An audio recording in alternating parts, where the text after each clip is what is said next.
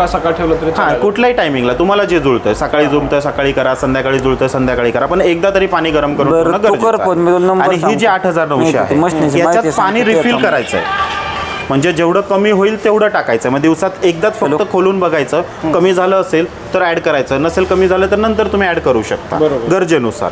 असं आहे. कधी कधी 2-2, 3-3 दिवस पण पाणी जातं, पण वातावरणावर पण डिपेंड आहे. कधी कधी दररोज रिफिल करणं गरजेचं आहे, पण एक सवय लावून ठेवली ना की दररोज फक्त एकदा खोलून बघितलं, बाबा कमी झालेलं टाकलं, नाही कमी झालं राहून दिलं.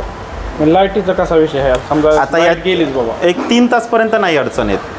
3 तास हां, लाईट गेली ना तरी या बॉडीमध्ये तुम्हाला 2.5-3 तासपर्यंत काही अडचण नाही येणार आहे. समजा हे आता आपली लाईट गेली, आता आपल्याला कळलं लाईट आज येणारच नाही, हां तर त्या टायमाला हा बॉक्स उचलून दुसऱ्या ठिकाणी जर नेला तर चालतो? हां, चालतो ना, त्यालाच काही अडचण नाही. फक्त हालचाल जास्त अति हालचाल होऊ नये, थोडी हालचालला अडचण नाही आहे.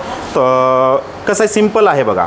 लाईट गेल्यानंतर 2-3 तासपर्यंत जर लाईट येणार असेल तर काही गरज नाही आहे, पण नसेल तर इन्व्हर्टरवरती चालतेच मशीन, तुम्ही इन्व्हर्टरवरती आरामात वापरू शकता, त्याला काही अवघड नाही आहे. इन्व्हर्टर नाही आपल्याकडे. हां, मग तशा वेळेस जर असेल आजूबाजूला तर तुम्ही छोटी मशीने इकडून तिकडे उचलून आरामात ठेवू शकता. नॉर्मली 8-10 किलोचं वजन त्याचं आहे, ठीक आहे, तर तसं करू शकता. आणि वापर करताना बेसिक काय, आता समजा ही मशीन आहे, ठीक आहे, आता हा इथे खाली अंड्यांचा ट्रे तुम्हाला दिसतोय, तर हा एक ट्रे आहे, तर याला 2 ट्रेचं मशीन आहे, याला 2 ट्रेचे 2 कनेक्शन सेपरेट दिलेले आहेत. तर याची काय सिस्टम आहे, समजा हा ट्रे आत्ता तुम्ही वापरताय, दुसरा ट्रे समजा एका वेळेस नाही 100 अंडी मिळाली, कारण की ताजीच अंडी पाहिजे आपल्याला 5 दिवसापर्यंतचीच वापरायची.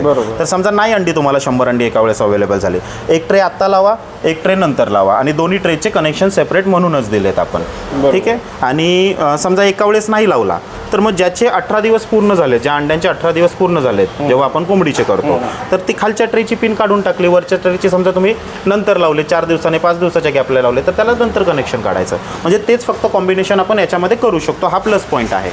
म्हणजे 18 दिवसांनी काढून टाकायचं, त्याला सप्लाय नाही ठेवायचं. हां, टर्निंग बंद करायची फक्त. हां, म्हणजे हा जो ट्रे आहे याला आपण ही पिन जोडलेली आहे, ठीक आहे. आता या ट्रेला ही पिन जोडले, समजा आज आपला दिवस आहे 18 दिवस आज पूर्ण झालेत, आता 19वा लागणार आहे, तेव्हा आपल्याला फक्त ही पिन काढून टाकायची, कारण की आपल्याला टर्निंग बंद करायचं आहे. तिथून पुढे आपल्याला अंड फिरवायचं फंक्शन बंद करायचं आहे, त्याच्यासाठी ठेवायचं. हां, आणि शेवटचे 3 दिवस जे असतात 19, 20, 21 हे पिल्लं निघायचा टायमिंग असतो, त्यावेळेस आपल्याला टर्निंग नसते करायची, त्याच्यासाठी फक्त टर्निंग बंद करायचं. हां, तेवढंच फक्त आहे, बाकी काय नाही. मशीन अगदी सोपी आणि सरळ आहे वापरायला.